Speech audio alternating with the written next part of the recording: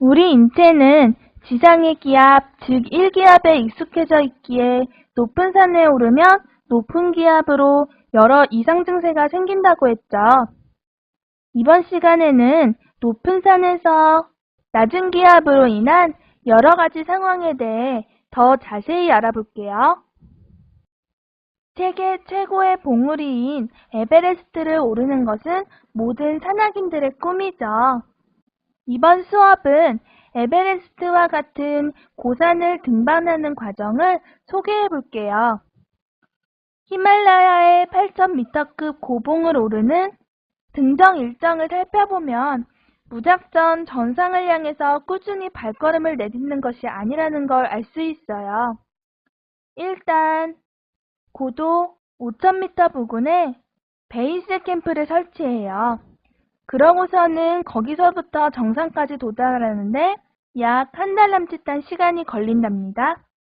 아무리 전문적이고 숙달된 사막인이라도 5,000m 이상의 고도에서는 그들도 어김없이 체력적 부담을 느끼기 마련이에요. 산소 부족에 따른 신체 압박 증상을 예외 없이 겪는다는 말이죠. 그래서 5,000m 이상의 고도에서는 하루에 500m 이상 전진하기가 어렵답니다. 그래서 최정의 산악인이라고 해도 고산 증세를 완화시키고 익숙해지기 위해서 베이스 캠프를 떠난 후 다시 캠프를 설치하는데 그 높이가 대략 6,000m 부근이에요. 이 캠프를 캠프 1이라고 하죠. 그곳에서 잠깐 쉬었다고 해서 곧바로 고산 증세에 완벽하게 적응할 수 있는 사람은 극히 드물어요. 사실 없겠죠. 그래서 베이스 캠프로 다시 내려갔다 다시 올라오면서 고지대의 환경에 적절히 적응하는 행동을 취해요. 이처럼 몇백 미터 오르고 다시 내려갔다 재차 오르고 고도에 적응하는 방식으로 6,500m의 두 번째 캠프를 7,200m 부근에 세 번째 캠프를 8,000m 지점에 네 번째 캠프를 최종적으로 설치한 다음에 정상 정복에 도전한답니다.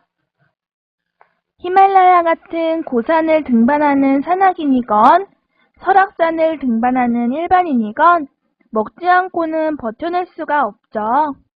그래서 산에서도 밥을 해먹는데요. 문제가 있어요. 산에서 밥을 지으면 설익는다는 것이죠. 왜 이런 현상이 일어날까요? 밥이 잘 익으려면 물이 끓어야 하죠. 지상에서 물은 100도씨에서 끓어요. 즉, 물의 온도가 100도씨까지 상승해야만 밥이 제대로 익는다는 말이죠. 물이 끓는다는 것은 수증기가 대기압을 이기고 오른다는 뜻이에요. 높은 곳의 대기압은 지상보다 약해요. 그러니 높은 곳에서는 끓는 점이 높지 않아도 수증기가 대기압을 충분히 이길 수 있죠. 대개 70에서 80도씨, 더 높아지면 50도씨에서도 물이 끓을 수 있다는 얘기예요. 이 온도에서 물이 끓으면 밥이 제대로 되지 않겠죠. 그래서 고산에서 밥을 지으면 설익는 것이에요. 그럼 산에서는 항상 설익은 밥을 먹을 수밖에 없는 것일까요? 높은 산에서 밥이 설익는 이유는 대기압 때문이죠. 물이 낮은 온도에서 끓기 때문이었어요. 그러면 높은 온도에서 물을 끓게 하려면 낮아진 대기압만큼 압력을 주면 되겠네요. 대기압은 누르는 힘이죠? 그러니까 소뚜껑 위에 큼직한 돌덩이를 올려놓으면 누르는 힘이 세지겠죠. 돌덩이가 누르는 힘 때문에 소뚜껑이 잘 열리지 않으니 수증기가 쉽사리 날아가지 못할 거예요. 대기압이 높아진 효과로 물의 끓는 점이 높아지는 거예요. 물의 끓는 온도가 상승했으니 더 이상 밥이 설익지는 않겠죠.